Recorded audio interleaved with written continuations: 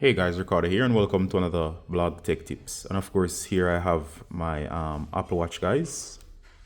And of course I'm going to show you another tip today.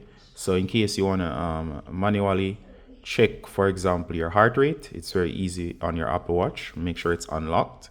You're going to go ahead and you're going to press the digital crown. You're going to be taken to your apps section here. You can actually scroll through them.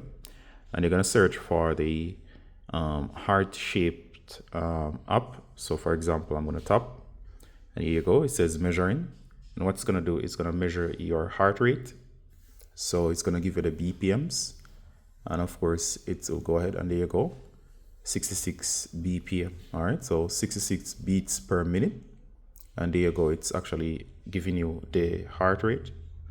You can also scroll down to look through the different information, historical information, and so on their heart rate. All right, so at any time, if you want, you can actually tap the crown and you'll be returned to either the home screen or the main app screen. It's very easy to check your heart rate. This is a Apple Watch Series 10. It will work the same on all the newer updates of these Apple Watches, including Series 11 and so on. All right, so hope that was helpful and see you in the next one, guys. Bye.